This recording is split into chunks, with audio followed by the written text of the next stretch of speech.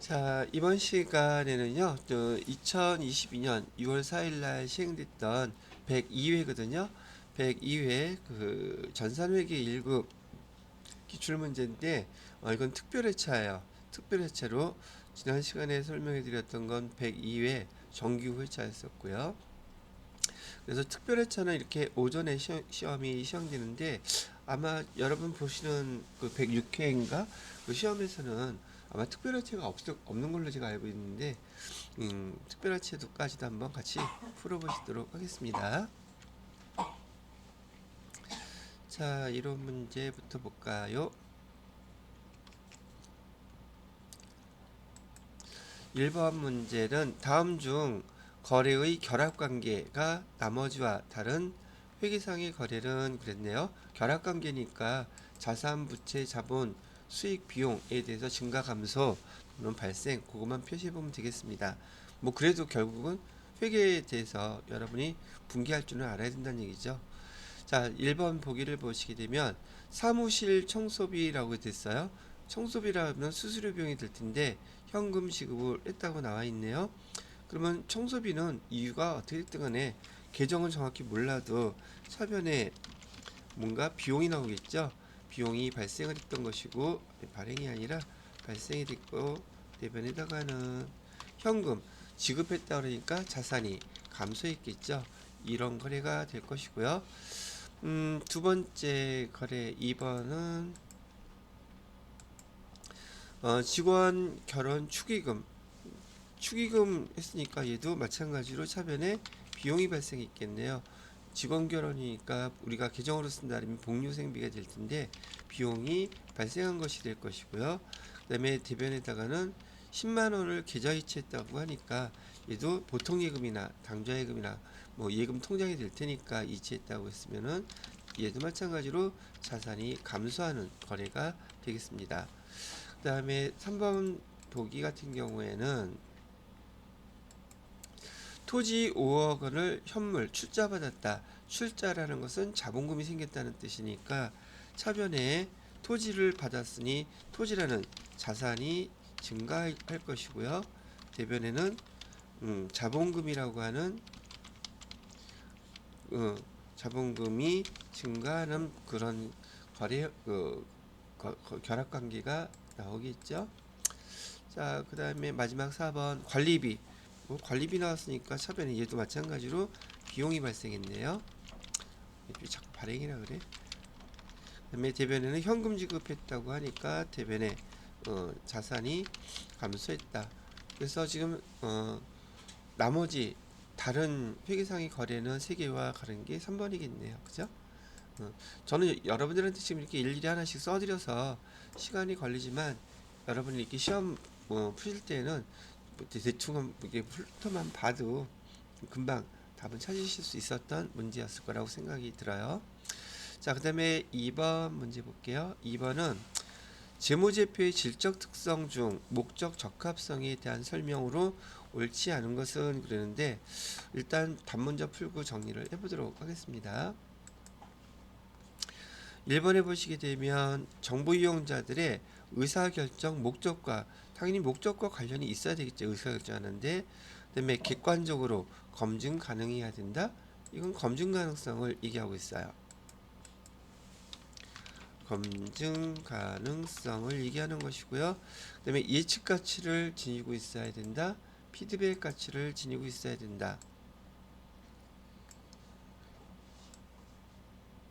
자, 그러면 여기에서 지금 목적 적합성과 에 대한 설명이 옳지 않은 것은 지금 답은 몇 번이겠어요? 2번이에요. 왜 그러냐면 제가 회계 정보의 질적 특성이라 해서 여기다 써야될까요? 회계 정보의 질적 특성이라는 얘기로 여기서 질적 특성이라고 말씀을 드렸을 때 이 질적 특성이라는 것은 어떤 게 더 유용하냐, 즉 회계 정보의 유용성을 갖다가 의미하는 거랍니다. 라고 얘기 드렸죠. 회계 정보가 어떤 게 더 유용해요? 라고 이렇게 얘기를 해드렸었는데 비교해 드렸을 때 제가 재무회계와 재무회계 그다음에 관리회계를 두 개를 비교해서 설명을 해드렸단 말이죠. 자, 그래서 근본적으로 재무회계에서 근본적으로 중요한 질적 특성은 좀 유용성은 근본적인 거예요. 근본적인 유용성은 재무회계는 외부 회계 정보 이용자들한테 제공하는 것을 목적으로 하고 있기 때문에 신뢰성이 가장 근본적으로 중요해요. 유용하다는 얘기죠. 그다음에 관리회계는요. 보통 얘는 경영진들한테 제공하는 자료이다 보니까 목적 적합성이 그 목적에 맞게끔 제공하는 것이 가장 근본적으로 중요한 질적 특성, 유용성입니다. 라고 얘기를 해드렸었죠. 재무회계가 근본적으로 신뢰성이 중요하고 관리회계는 목적 적합성이 중요하다고는 하지만 재무회계의 신뢰성이 목적 적합성보다 좀 더 많이 중요합니다라는 걸 뜻하는 것이지 재무회계에도 신뢰성, 목적 적합성 두 가지 요소가 다 있어야 되는 것이고요. 관리회계도 마찬가지로 신뢰성보다 목적 적합성이 더 우선하고 근본적으로 중요하다는 얘기지 관리회계에도 신뢰성도 있어야 되고 목적 적합성도 다 있어야 돼요. 그런데 만약에 두 개 중에 하나가 아예 없다 그러면 그 회계 정보는 유용하지 못하다고 말씀을 해드렸었어요.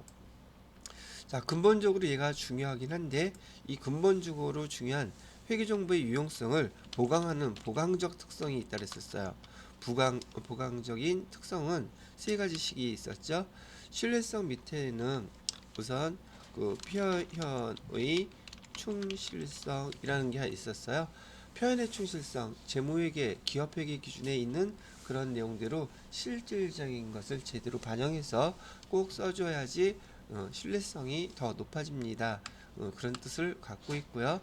두 번째로는 여기 검증 가능성이 있었고 세 번째로는 중립성 이렇게 요게 바로 그 재무회계에 대해서 근본적으로 신뢰성에 해당되는 보강적인 특성 요거 꼭 기억을 하셔야 됩니다라고 얘기해드렸던 항목들이에요. 거기에 반해서 목적 적합성에 대한 여기 보강적인 그 질적 특성은 여기도 마찬가지 세 가지가 있다 그랬었죠. 여기는 예측 가치가 있어야 돼요. 예측 가치가 있어야 된다. 두 번째는 피드백 가치가 있어야 된다. 세 번째로는 적시성이 필요하다.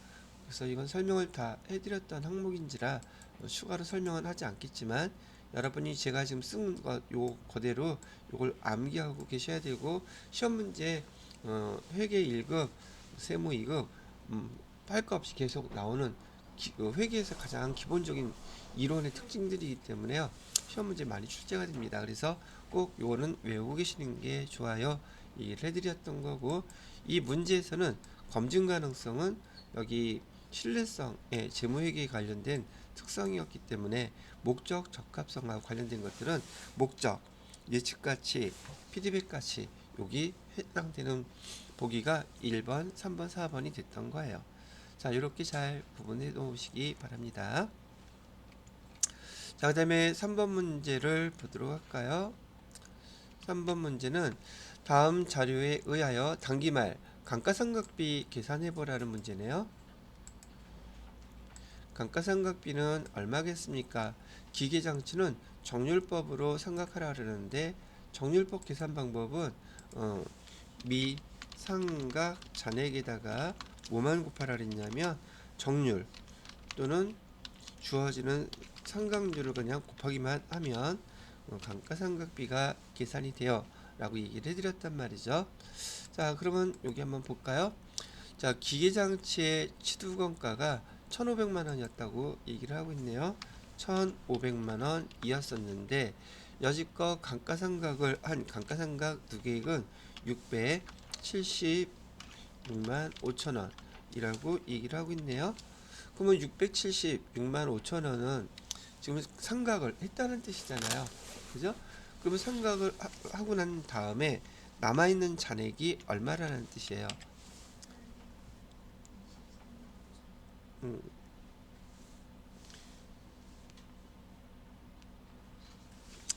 잠깐만 계산기 두들기가 귀찮으니까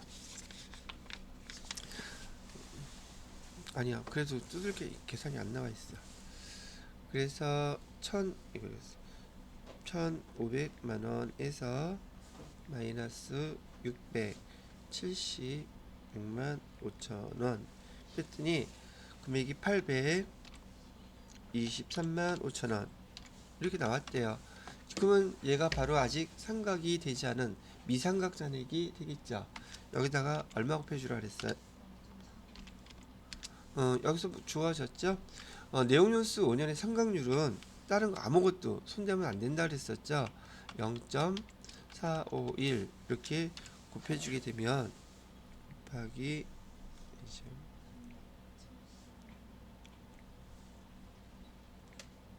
0.451 하니까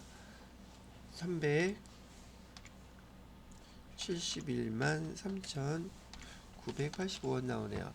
그죠? 이렇게 하면 돼요.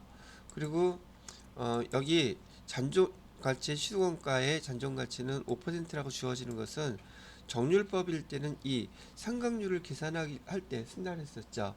내용연수 이것도 다 반영된 게 결과론적으로 상각률 요거 계산할 때 쓰기 위해서 이런 거 알려준다고 했던 거 아시겠죠? 그래서 정률법은 미상각 잔액 곱하기 요거만 하시면 돼요.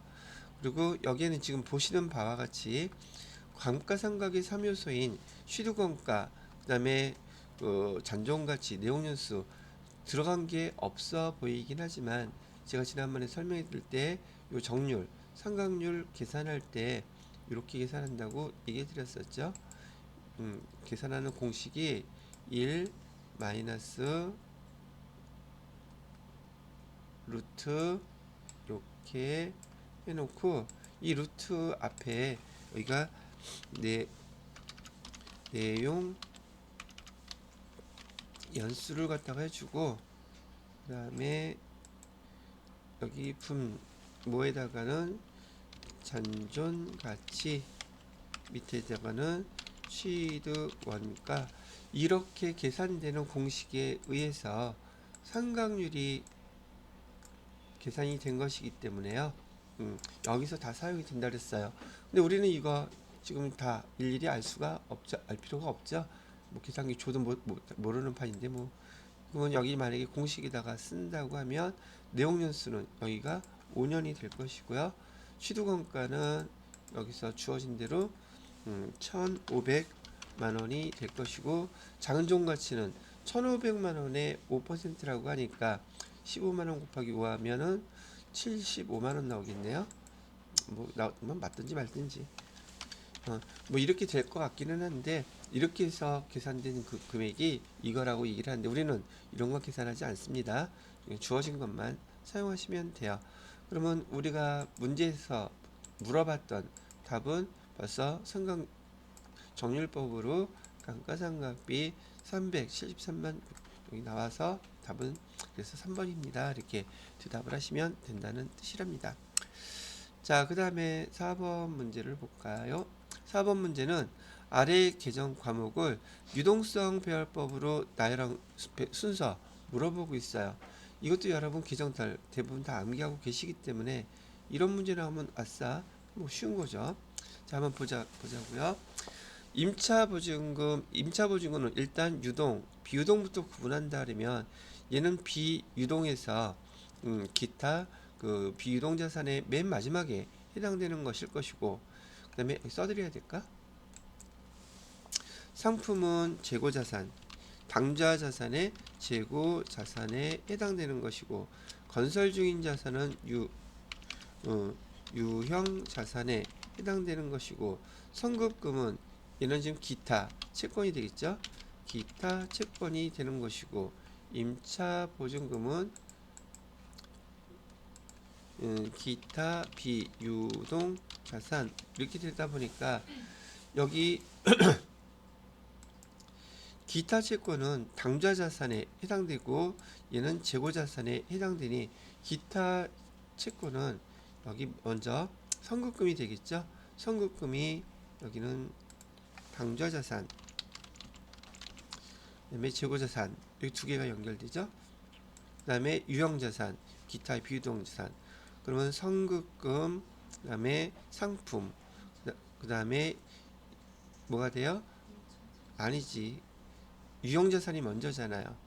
유형자산 이해가 되겠네요. 답은. 그래서 여러분 그 계정 외우는 게 그만큼 중요하다고 제가 강조를 많이 해드린 거랍니다.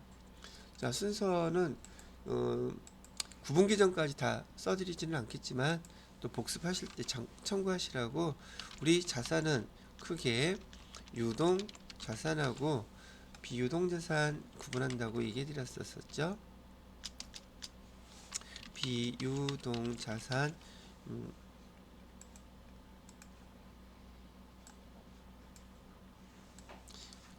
이런 문제는 외우지 않으면 왠지 생각하고 그건 것 같은가? 이건 그렇게 하면 틀려요. 대부분 외우려면 정확히 외워야지. 유동자산은 또 당좌 자산하고 뭘로 구분해요? 재고자산으로 구분하기로 했죠. 그 다음에 그냥 그대로 여기 비유동자산은 투자자산, 두 번째로는 유형자산, 세 번째로는 무형자산, 마지막 기타 비유동자산, 이렇게 네 가지로 구분이 된다고 했어요.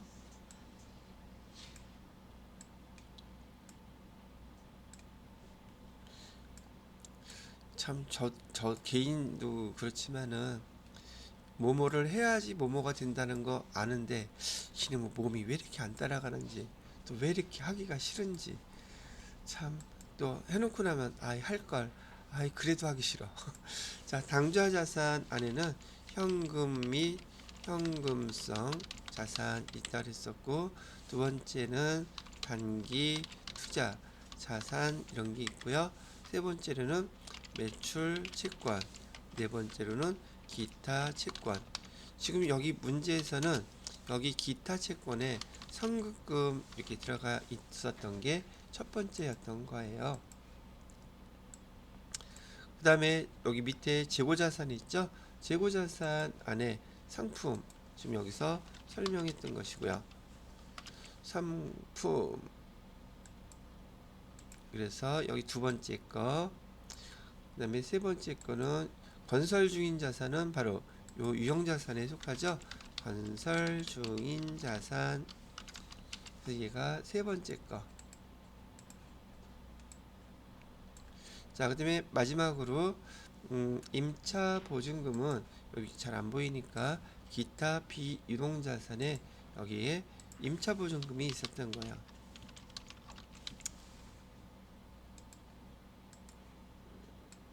자, 그래서 요 순서대로 날된 답이 4번이었던 것이란 얘기죠. 더 이상 더 자세하게 구분 계정으로 쓰지는 않았죠. 그렇게 나온다고 해도 여러분은 계정별로 이렇게 맞추실 수가 있으셔야 된답니다. 자, 그 다음에 5번 문제 볼까요? 5번 문제는 유형자산의 취득원가를 구성하는 항목 아닌 거? 유형자산의 취득원가는 우선 설계와 관련하여 전문가에게 지급하는 수수료. 그럼 설계한다면 건물이 다 지어졌다는 뜻이겠어요? 아니면 진행 중이라는 뜻이겠어요? 다시 얘기해서 취득 과정이 끝났어요? 아직 안 끝났어요? 취득 과정이 아직 끝나지 않았죠? 그럼 그 취득 과정에서 발생하는 모든 금액은 다 원가에 포함시켜야 되죠. 그래서 여기 이 설계와 관련돼서 예를 들어서 건물에 대한 설계를 하고 있다면 이 설계 비용 이것도 그 건물에다가 우리가 설계하는 자산에다가 포함시켜줘야 돼요. 그래서 취득원가를 구성하는 요소가 된다는 뜻이고요. 자동차세, 재산세, 그 다음에 이런 제세 공과금이라는 것은 대표적인 것이죠. 자동차세, 재산세는 취득 과정에서 발생하는 게 아니라 그 자동차를 이제 사고 난 다음에 또는 건물을 사고 난 다음에 사용하면서 발생하는 세금이에요. 그래서 얘는 사용할 때 발생하는 세금이기 때문에 우선 세금과 공과라고 하는 기정으로 사용하셔야지 되고, 얘는 취득 과정에 원가에 포함되는 요소가 아니랍니다. 그래서 2번이 답이 되겠네요. 세 번째, 취득가 발생해서 발생한 운송비는 부대 비용이죠. 포함시켜야 될 것이고요. 그다음에 네 번째, 유형자산이 정상적으로 작동되는지 시험하고 있는 거죠. 만약에 기계장치 같은 경우라면 제품 만드는데 그냥 무조건 제품부터 만들어요? 안 되겠죠? 우선 시험 가동을 해서 이상이 있는지 없는지, 즉 취득 과정이 아직 안 끝났다는 뜻이에요. 이 시험을 갖다가 테스트하고 그런다는 것은, 그래서 그 비용도 원가에다가 다 포함을 시켜줘야 돼요. 그래서 뭐 취득 원가를 구성하는 항목이 됩니다. 그래서 답은 2번이 된다는 얘기고요. 시험 문제에서 여러분 앞으로 이것도 있기 때문에 우리가 자산을, 회사에서 자산을 취득할 때 발생하는, 특히나 유형자산 취득할 때 자주 발생하는 취득세, 취득세하고 또 뭐 하나 있었어요? 등록세. 얘는 자산을 구성하는 요건이기 때문에 부대비용이에요. 자산 명칭으로 써주라는 거 아마 문제 여러 번 같이 풀어보셔서 틀리지는 않으실 거라고 생각하지만, 요 취득세, 등록세와 지금 여기 세금과 공과를 처리하는 자동차세하고 비교해서 틀리지 않으시도록 잘 구분을 해 놓으세요. 자, 그 다음에 6번 문제를 볼까요? 6번 문제는 무형자산에 대한 설명인데 틀린 거 찾으랍니다. 무형자산은 식별 가능해야 된다 그랬어요. 기업이 통제하고 있다는 것은 모든 자산의 공통이라고 그랬었고요. 미래 경제적 효익이 유입되는 거, 자산의 공통점, 식별 가능해야 된다. 예, 정확하게 설명 잘 하고 있고요. 두 번째, 무형자산을 상각할 때 반드시 감가상각 누계이라는 자산의 차감 기정을 사용한다. 요거는 유형자산 설명하는 거죠. 그리고 얘는 직접법이에요, 간접법이에요. 감가상각 누계익이라는 용어를 사용하는 것은 회계상 간접법으로 기록하는 거예요. 그 다음에 무형자산은 간접법으로 한다, 직접법으로 한다. 무형자산은 직접법으로 상각을 한다고 얘기를 해 드렸던 것이죠. 자, 그렇게 간접법, 직접법도 설명 안 해드려도 되겠죠? 우리 그 차량 운반구 같은 경우 감가상각할 때 차변의 감가상각비, 써드리자. 자, 간접법이라고 얘기하는 것은 우리 유형자산인 경우에요. 유형자산인 경우에 만약에 걔가 차량 운반구였다면 감가상각하고 나서 감가상각 결과를 갖다가 차변에 감가상각비 금액, 예를 들어서 1,000원이라고 하게 되면 대변에다가 감가상각 누계액, 그래서 1,000원, 이렇게 유형자산을 갖다가 감가상각했을 때, 얘가 예를 들어서 차량 운반구라고 했을 때 차량 운반구를 감소시키는 게 아니라 값이 떨어진 만큼 감소시키는 것을 차량 운반구라는 기정으로 직접 감소시키는 게 아니라 감가상각 누계액이라는 기정으로 이렇게 쓰는 것을 우린 간접법이라고 부른다 그랬어요. 거기에 반해서 무형자산인 경우에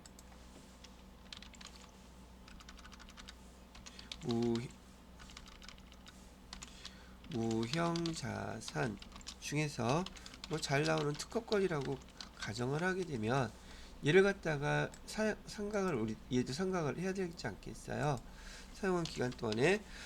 그러면 얘는 감가상각비라는 규정 쓰지 않고 무형자산 상각비라는 규정 쓴다고 얘기해 드렸고, 개변에다가 특허권이라고 해서 직접 그 규정을 감소시켜요. 이렇게 기록하는 방법을 갖다가 우리는 직접법이라고 얘기를 해주는 거야. 이렇게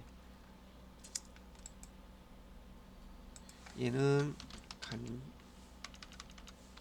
간접법,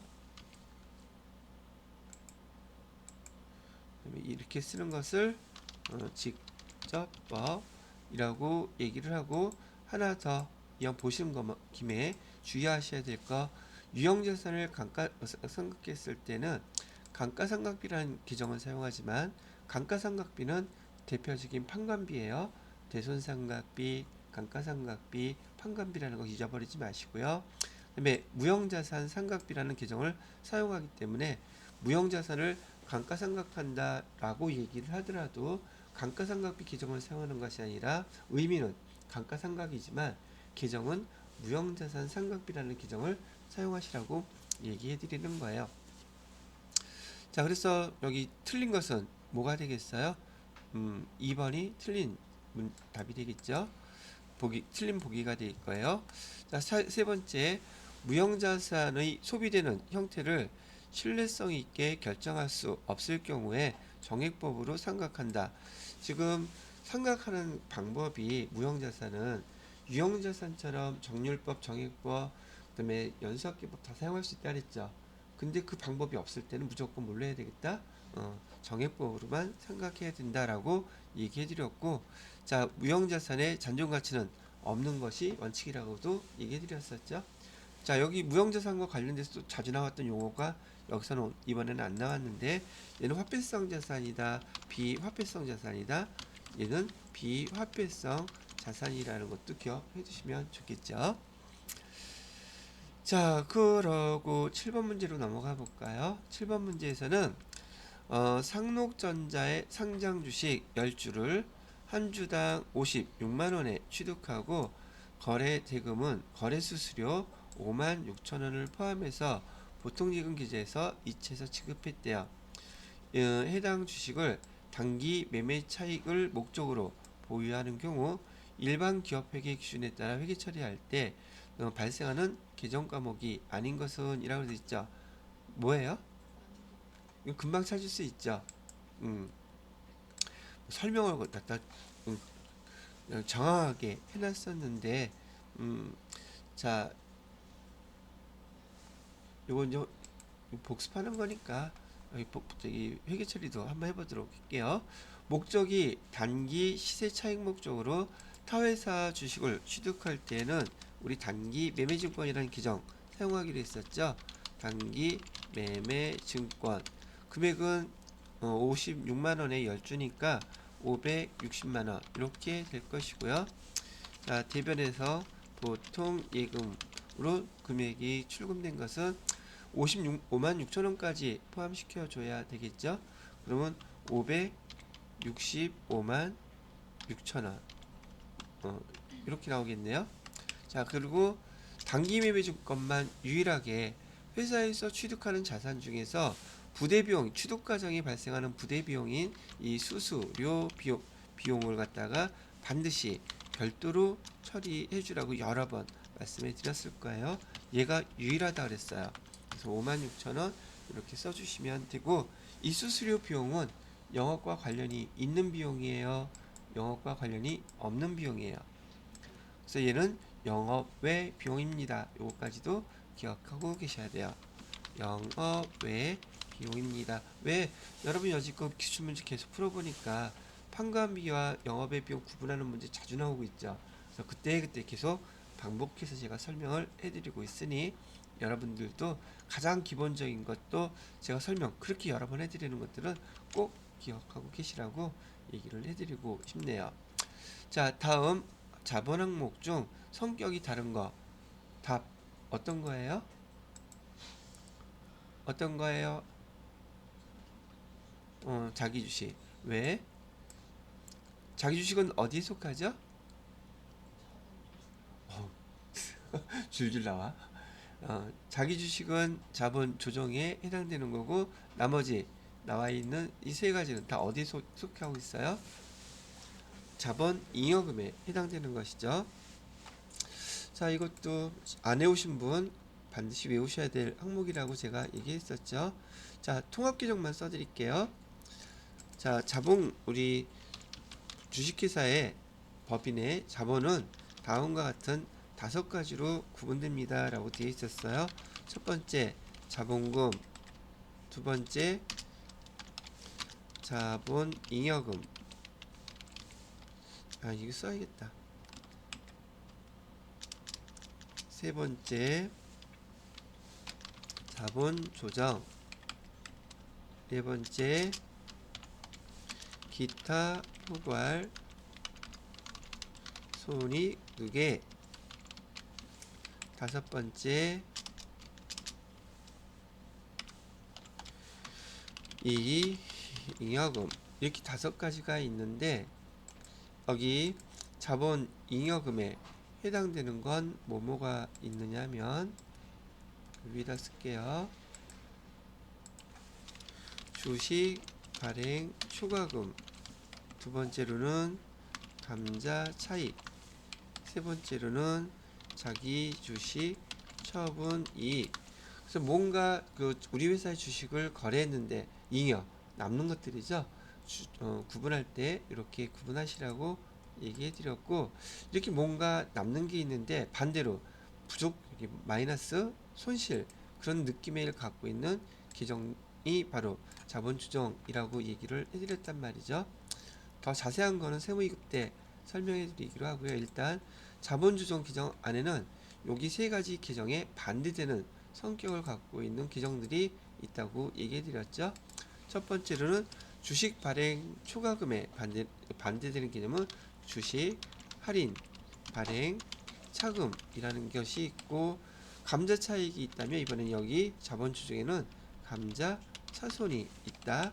자기 주식 처분이 이익이 있다면 자기 주식 처분 손실도 있을 것이고요.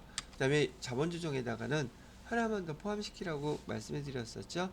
그냥 우리 회사의 주식 거래되는 걸 우리가 그냥 사갖고 왔다, 그래서 보유하고 있으면 자기 주식이라고 그냥 써주세요 라고 얘기를 해드렸단 말이죠. 자, 여기 문제에서는 기타 포괄 순이익 누계액이나 이 잉여금은 뭐 나중에 보시라고 말씀해 드리는 것이고, 이 중에서 보기 보시게 되면 여기 자기 주식은 어디에 속하고 있어요? 자기 주식은 여기 있죠. 자본 조정에 해당되는 항목이고, 감자 차익, 자기 주식 처분이익, 그다음에 주식 발행 초과금, 이네들은 다 지금 여기 자본 잉여금에 있는 계정들이라고 얘기해 드리는 거예요. 자, 이렇게 해서 잘들 기억해 주시면 좋겠습니다. 자본 계정 거의 빠지지 않고 이론 문제에서도 한 문제씩은 꼭 나오고 있죠. 자, 9번 문제부터는 원가 회계 문제고요. 네 문제 나올 거예요. 자, 이것도 한번 정리해서 보도록 하겠습니다. 자, 9번에 보시게 되면 다음 중 원가 회계에 대한 설명으로 옳지 않은 걸 찾으래요.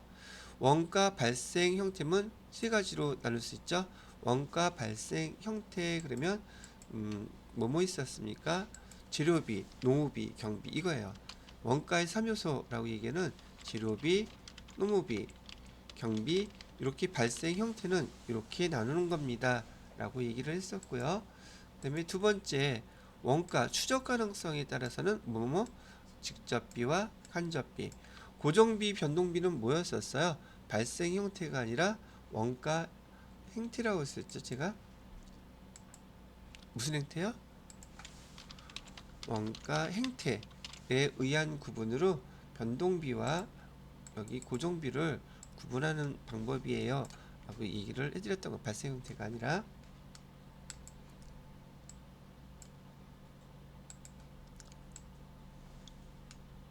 변동비와 고정비 이렇게 구분한다. 자, 그 다음에 세 번째, 재료비와 노무비를 합하여 가공원가라고 한다. 직접 재료비가 아니라 뭐였었어요? 아니, 직접 재료비하고 직접 노무비를 합친 요 용어는 가공원가가 아니라 뭐였었죠? 기초원가, 기본원가라고 부른다 그랬었어요. 기초원가 또는 기본원가라고 우리가 불러요 라고 얘기를 했었던 것이고요. 자, 그 다음 가공원가는 뭐하고 합친 거라 그랬어요? 여기다 써야겠다. 자, 우리가 나중에 원가를 크게 세 가지로 구분해서 집계를 하는데, 직접 재료비, 직접 노무비, 제조 간접비, 세 개를 얘기를 하는데, 이 중에서 직접 재료비하고 직접 노무비 요 두 개를 묶은 것을 이렇게 부르기로 했었고, 여기 직접 노무비하고 제조 간접비를 합쳐서 우리는 가공비라고 부르자고 얘기를 했는데, 여러분이 공부하실 때 이런 용어들은 약속이기 때문에 약속이 되어 있는 용어들을 여러분이 학습해서 정확히 암기해 놓지 않으면 그 다음에 나오는 용어들은 하나도 알아들을 수가 없어요. 즉 그 내용들을 이해하기가 어렵단 말이죠. 자, 그 다음에 네 번째, 조업도 변동에 비례해서 총 원가가 일정하게 발생하는 거. 자, 총 원가가 일정하대요. 그럼 얘는 고정비겠어요? 변동비겠어요? 자, 조업도 변동에 비례해서 총 원가가 일정하게 발생하는 원가를 갖다가 고정비라고 한다. 변동에 비례하여 말이 좀 이상하지 않아요, 이거? 그래프를 한번 이렇게 그려볼까요? 조업도라는 것은 생산량이라든지 작업시간이라든지 뭐 기계시간 이런 것들을 통칭해서 우리가 조업도라고 부른다고 했었죠. 자, 조업도가 이렇게 증가함에 따라서 총원가가 일정하게 발생한대요. 근데 여기 말해서 변동에 비례해서 총원가가 일정하게 발생한다고 얘기하는 것은 지금 이렇게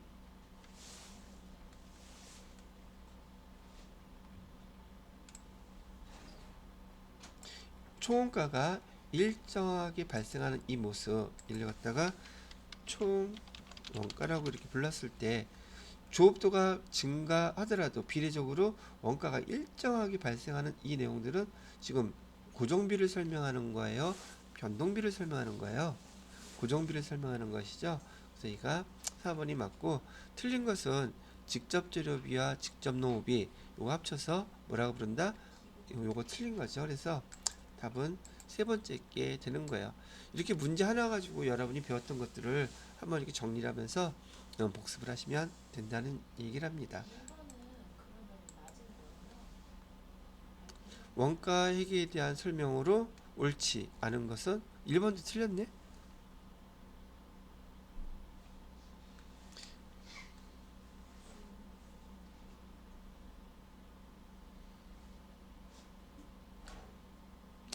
보기에는 이거 뭐 이유에 어떻게 됐든 간에 1번 틀렸어요. 옳지 않은 걸 찾았었죠. 1번도 틀렸고 3번도 틀렸고 2번은 정확하게 맞고,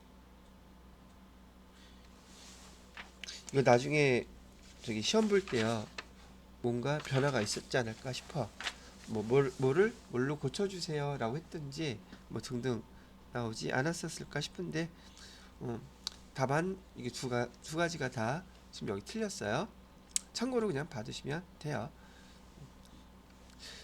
자, 그 다음에 10번 문제를 볼게요. 아, 이런데 하나에 목숨 걸지 말라고요. 틀렸으면 틀렸나 보다. 우리가 내용만 정확히 아시면 되는 거니까. 그러니까 막 이거 갖고 엄청 흥분하시는 분들이 있을까 없을까? 왜 그럴까? 이거 맞아. 1.2점 갖고 당락이 왔다 갔다 하는 사람은 여기 목숨 걸 수밖에 없겠죠. 이건 분명히 틀렸어요. 그래서 일단 여기 9번에는 1번, 3번 이렇게 해주고, 전 개인적으로 여기 조업도 변동에 비례해서 총원가가 일정, 이것도 말이 좀 헷갈리게 해놓은 것 같아요. 그래서 이걸 다음 정확하게 맞는 것은 이렇게 쓰면 그게 더 가까울 것 같아. 근데 이걸로 그냥 한 문제 정리를 해놓으시면 되겠습니다. 자, 10번 문제요. 보조 부문의 제조 간접비 배부 방법 중에서 계산 방법이 가장 단순한 방법, 배부 금액의 정확도가 가장 높은 순서대로 구별한 게 뭡니까? 그러니까 가장 단순한 건 뭐예요? 직접 배분법. 그러면 답은 얘 아니면 얘가 될 것 같고, 그다음에 정확도가 가장 높은 건 뭐예요? 그럼 답은 4번이겠네요. 그죠? 제가 보편적으로요. 계산 문제가 나오더라도 약간 좀 어렵다 느끼는 건 무조건 한 문제예요. 계산 문제 보편적으로. 그 나머지는 다 말로 하는데, 얘는 용어 배웠던 용어만 잘 기억하시면 지금 보시는 것처럼 되게 쉽게 답을 찾을 수도 있고, 얘는 세무이급도 똑같기 때문에 가성비가 아주 좋은 파트란 말이죠. 잘 복습 꼭 해놓으시고요.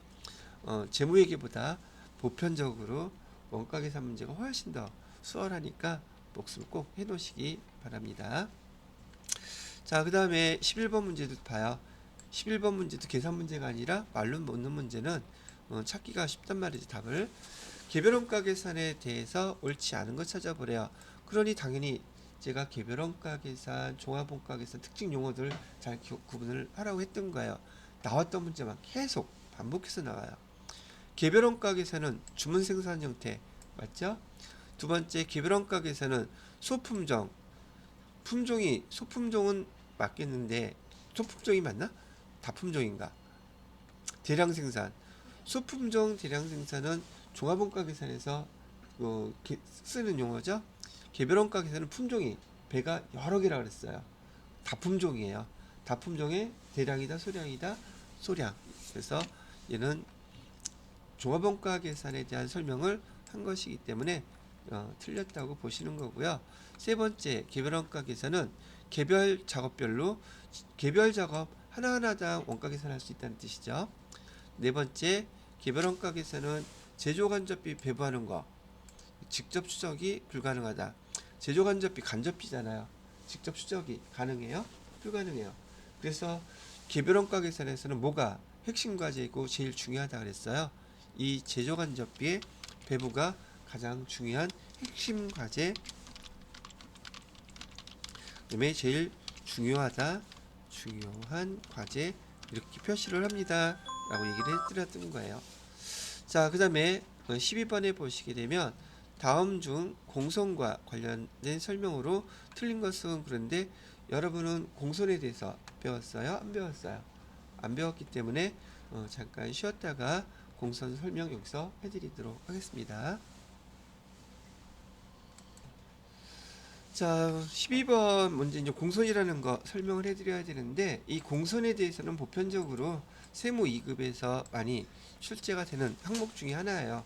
자, 공손이 뭔지 지금부터 간단하게 정리를 해봐 드릴 테니까.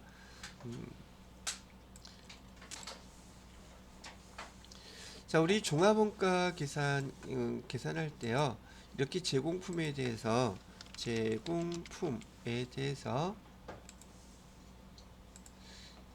기초 제공품, 그다음에 단기 투입된 거, 그다음에 기말 제공품, 완성품, 이렇게 물량 흐름을 먼저 우리가 잡았던 거 기억나실 거예요. 자, 한번 보세요.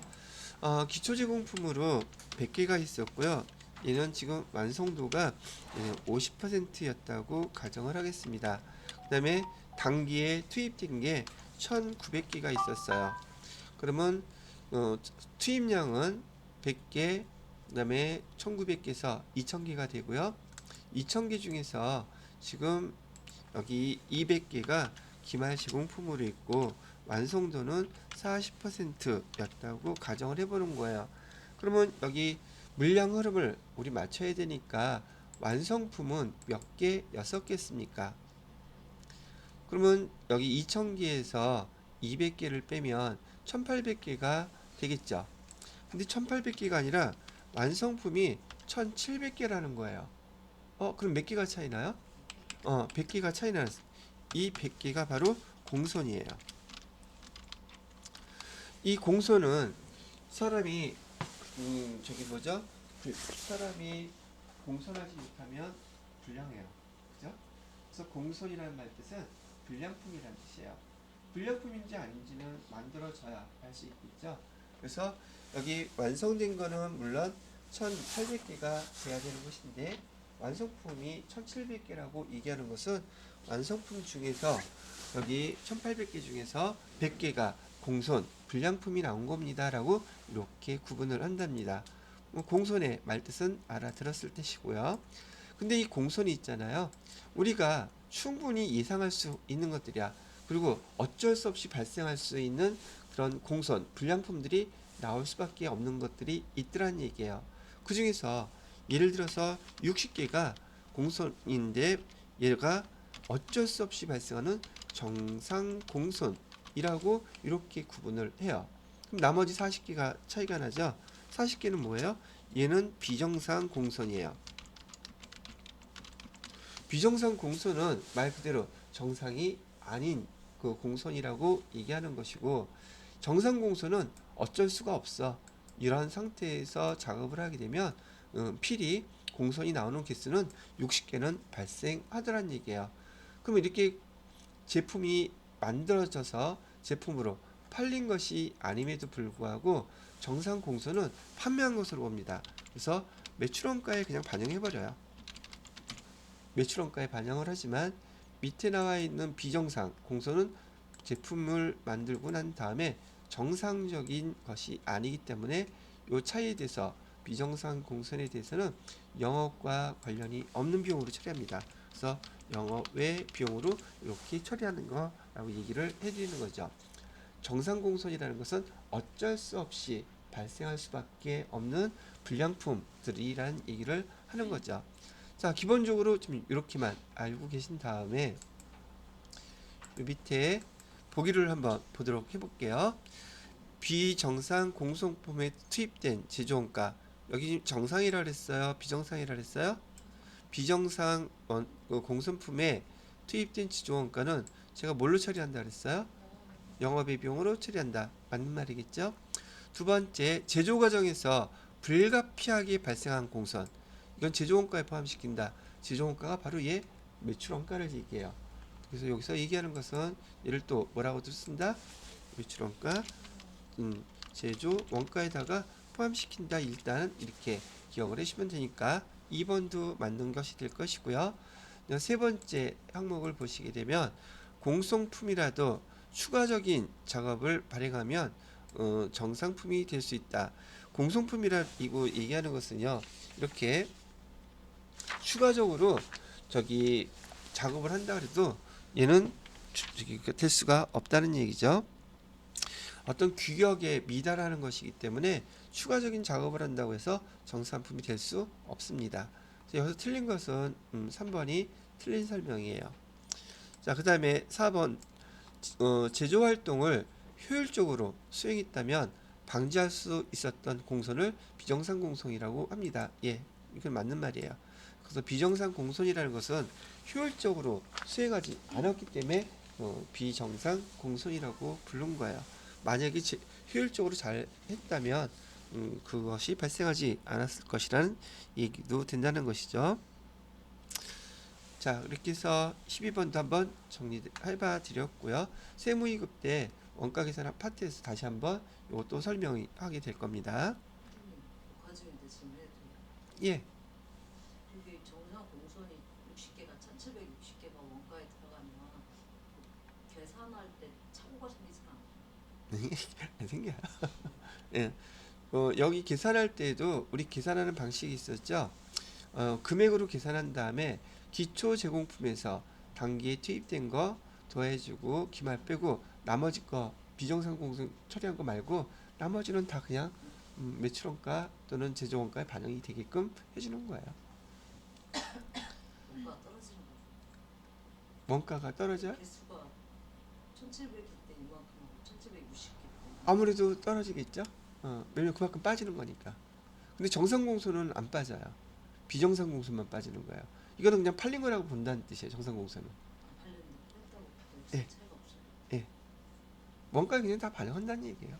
그럼 원가가 좀 저기 빠진 건인데도 그만큼은 추가가 되겠죠. 예를 들어서 1700개인데 1760개가 팔린 거로 본다는 뜻이에요. 제품이 만들어진 걸로. 똑같이 쓰고. 예. 자, 그 다음에 13번 문제부터 15번까지는 좀 부가가치세 문제네요. 자, 또 한번 이걸로 복습해 보자고요. 부가가치세법상 세금계산서에 대한 설명 옳지 않은 거 찾아보래요. 세금계산서는 월별로 합계하여 발표할 수 있어요? 없어요? 이를 갖다가 우린 뭐라고 불렀어요? 월합계 세금계산서라고 불렀어요. 그래서 1일부터 말일까지 발생한 거래에 대해서 며칠날 그 다음달 며칠 날짜로 10일까지예요. 10일까지 발행을 해줘야 됩니다. 세금계산서를. 이를 월합계 세금계산서로. 날짜는 며칠 날로 해라 그랬어요? 그 1일부터 말일 날짜로 세금계산서 날짜를 해주셔야지 돼요. 이것도 이렇게 쓰니까 헷갈려 한다. 예를 들어서 여기가 1월 달이었다고 한다면 1월이라고 했다면 세금계산서 발행하는 날짜는 며칠 날로 하고 1월 31일로 하고 세금계산서 발급은 며칠까지 해라? 2월 10일까지 발행하라는 얘기예요. 아시겠죠? 자, 그리고 두 번째 거 영세율 거래에 대해서도 세금계산 영세율 거래에 대해서도 세금계산서 발급할 수 있어요? 없어요. 요거는 이거죠. 영세율은 두 가지가 있어요. 영세율 거래는요. 여기 영세하고 기타 이게 두 가지가 있는데 우리 국내 회사에서 국내 수출업체로 물건을 갖다 보내게 되면 여러분 지난번에 볼 때 영세율 세금계산서 받던 거 기억나요? 그거예요. 즉 내국 신용장이나 구매 확인서에 의해서 세금계산서를 발급해 주는 거예요. 그 이름이 영세율 세금계산서였고요. 기타는 외국에 직접 수출하는 경우에요. 우리 배웠던 거 수출. 직수출이라고 그랬죠? 야, 수출을 할 때 그 외국에다가 세금계산서 발행할 수 있어요? 없어요? 당연히 없어요. 그런데 국내 기업에서 국내 수출업체에다가 물건을 재화를 공급할 때는 영세율 세금계산서 발행할 수 있단 말이죠. 그러니까 영세율 이렇게 얘기가 나오게 되면 두 가지인 거예요. 여기서 문제에서는 뭐라고 되어 있어요? 영세율 거래에 대해서도 세금계산서 발급할 수 있다. 여기에 해당되는 거는 발급할 수 있겠죠. 근데 외국으로 수출하는 경우에는 이때는 발급할 수가 없죠. 발급 의무도 없고요. 근데 발급할 수 있다고 하는 경우가 있으니까 얘도 맞는 답이 될 것이고요. 그 다음에 세 번째, 재화를 수입하는 사업자는 수입세금계산서를 발급해야 된다. 재화를 수입하는 사업자 있겠죠. 재화를 수입하는 사업자는 이 사람은 물건을 파는 거예요? 아니면은 지금 사갖고 오는 거예요? 매입자가 무슨 세금계산서를 발행해요? 그죠? 수입세금계산서는 누가 발행하는 거냐면 세관에서 발행하는 거예요. 어디서? 얘는 수입을 했으니까 물건이 도착한 다음에 그 물건을 통관하겠죠. 그래서 이거는 세관에 있는 세관장이 발급하는 거예요. 여기 재화를 수입하는 사업자가 발급하는 게 아니라. 아시겠죠? 뭐가 틀렸어요? 3번이 틀린 거예요. 자, 네 번째, 세금계산서 계속 나오죠? 세금계산서의 필요적 기재사항 차고 잘못 적은 경우에 수정세금계산서 발급할 수 있다.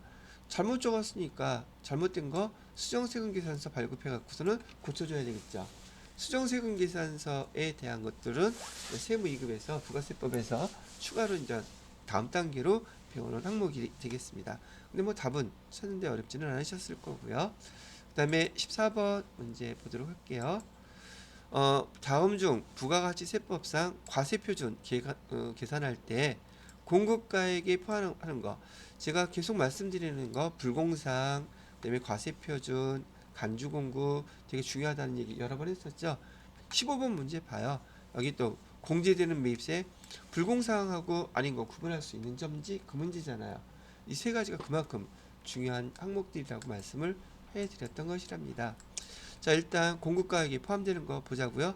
공급가액에 포함되는 것은요, 우리가 사업자, 장사하는 사람이라고 생각하면 우리가 매입할 때 부대비용 발생하는 거 다 포함시켰었죠. 그거 생각하셔야지 돼요. 자, 공급가액에 포함시켜야 되는 것은 매출 애누리, 매출 환입, 매출 할인 이건 다 빼줘야 되겠죠. 포함시키면 돼야 안 돼요? 이건 안 돼요. 그 다음에 공급 받는 자에게 도달하기 전에 파손됐는데 여러분들한테 돈 내라고 내겠어요? 안 내겠어요? 이것도 들어가면 안 돼요. 장기 할부 판매 또는 할부 판매 이자 상등액, 할부 판매할 때 이자 금액 있잖아요. 실제로 다 들어가 있습니다. 예를 들어서요, 여러분이 홈쇼핑에서 물건을 갖다가 3개월 할부 판매 이렇게 하잖아요. 근데 거기 앞에 저기 뭐 오이, 당근, 대추처럼 무가 하나 붙어. 무이자. 무이자 할부 판매하잖아요. 왜 그게 효과가 있는 거지? 원래 할부라는 것은 그 돈을 갖다가 지불하는 기간을 나누어 주는 거기 때문에 그 기간 동안의 이자도 사는 사람이 부담하는 게 원칙이에요. 다 들어가야 된단 말이죠. 그런데 좀 싸게 좀 혜택을 주기 위해서 무이자 할부 판매로 판매하겠습니다. 그럼 그 이자 금액은 누가 부담하겠다는 뜻이에요? 판매하는 회사에서 부담하겠다는 뜻이잖아요. 그래서 여기 장기 할부 판매 또는 할부 판매에 의해서 지급받는 이자 상당액은 어디에 포함되어야 된다? 공급가액에다가 포함을 시켜야 된다는 얘기예요. 연체이자는 돈을 안 냈기 때문에 그거에 대한 연체이자가 붙은 것이지 애시당초 공급가액과는 관계가 있다 없다? 그거는 없다는 뜻이에요. 자, 그래서 여기에 해당되는 문제의 답은 3번이 되겠습니다. 자, 그래서 지난번에 교재에서 과세표준에 포함되는 거, 과세표준에 포함되지 않는 거, 그 다음에 제가 이거 하나 기억하라 그랬었죠. 과세표준에 공제되지 않는 거, 즉 제가 그냥 유령 취급하라 그랬죠. 이거 계산할 때 얘기할 때 전혀 고려하지 마세요. 과세표준하고 전혀 상관없는 거예요. 그런데 뭐가 있었냐면 대손금, 두 번째로는 하자, 보증금, 세 번째로는 판매 장려금, 이런 것들은 과세표준과 관련이 있다 없다? 없는 것이므로 공제하지 않는 거, 이런 것들 나오면 과세표준하고 전혀 관련이 없는 것으로 생각하고 계산도 하지 마세요 라고 얘기했던 것입니다. 과세표준 구분하는 문제는 상당히 여기 부가세법에서 중요한 이슈 중에 하나이기 때문에 나중에 이제 세무이급도 공부하실 때 잘 봐두시기 바랍니다. 마지막 15번 문제 보시게 되면 공제되는 매입세에 해당되는 거, 자, 자기 사업에 사용하기 위해서 수입한 재화의 부가가치세. 지금 여기 수입했다 그랬죠. 수입할 때 지금 그 세관에서 그 세금 뭐죠? 수입세금 계산서 그러니까 통관할 때요 부가세를 부과합니다. 여러분 또 이렇게 얘기하면 기억이 또 하나도 안 나겠지. 자, 과세라는 것은 부가가치세가 언제 부과되느냐는 뜻이에요. 부가가치세가 언제 부과된다 그랬어요? 첫 번째 재화의 공급, 그죠? 두 번째는 용역이 공급이라 그랬어요. 용역의 공급이 되게 되면 부가가치세가 부과돼요. 세 번째, 지금처럼 수입하면 수입 재화에 대해서도 수입자가 공급을 하게 되면 수입자에 대해서도 부가세가 부과돼요. 수입자에 대해서 부가세 부과하는 건 어디서 부과해요? 얘는 세관에서 부과해요. 어디서요? 세관에서 여기 세관에서 아직은 안 배웠는데 수입세금 계산서라는 걸 통해서 수입세금 계산서를 통해서 부과를 한단 말이죠. 그러면 그때 수입세금 계산서 매입할 때 수입할 때 부과했으니 그만큼은 공제받을 수 있겠죠. 별거 없잖아 이거는. 근데 밑에 2번, 3번, 4번을 보세요. 매입세액을 공제받을 수 있는 항목인가 없는 항목인가. 사업과 직접 관련이 없는 매출을 뭐라고 부르겠었죠? 추출은 우리가 기억할 때 사업 무관이라고 기억했죠. 접대비는 접대비로 기억했던 거 기억나시죠? 그래서 접대비와 관련된 거 매입세 공제받을 수 있다 없다? 없다 그랬었고, 면세는 없다 그랬었죠. 그죠? 2번, 3번, 4번이 불공사항이고 1번은 그거에 해당되지 않으므로 매입세액을 공제받을 수 있습니다. 이렇게 정리가 된 거랍니다. 됐죠? 자, 이렇게 특별히 차도 한번 이론 쭉 설명을 해드렸습니다. 자, 잠깐 요거 정리하고 그다음에 실무 파트 설명을 같이 해드리도록 해볼게요.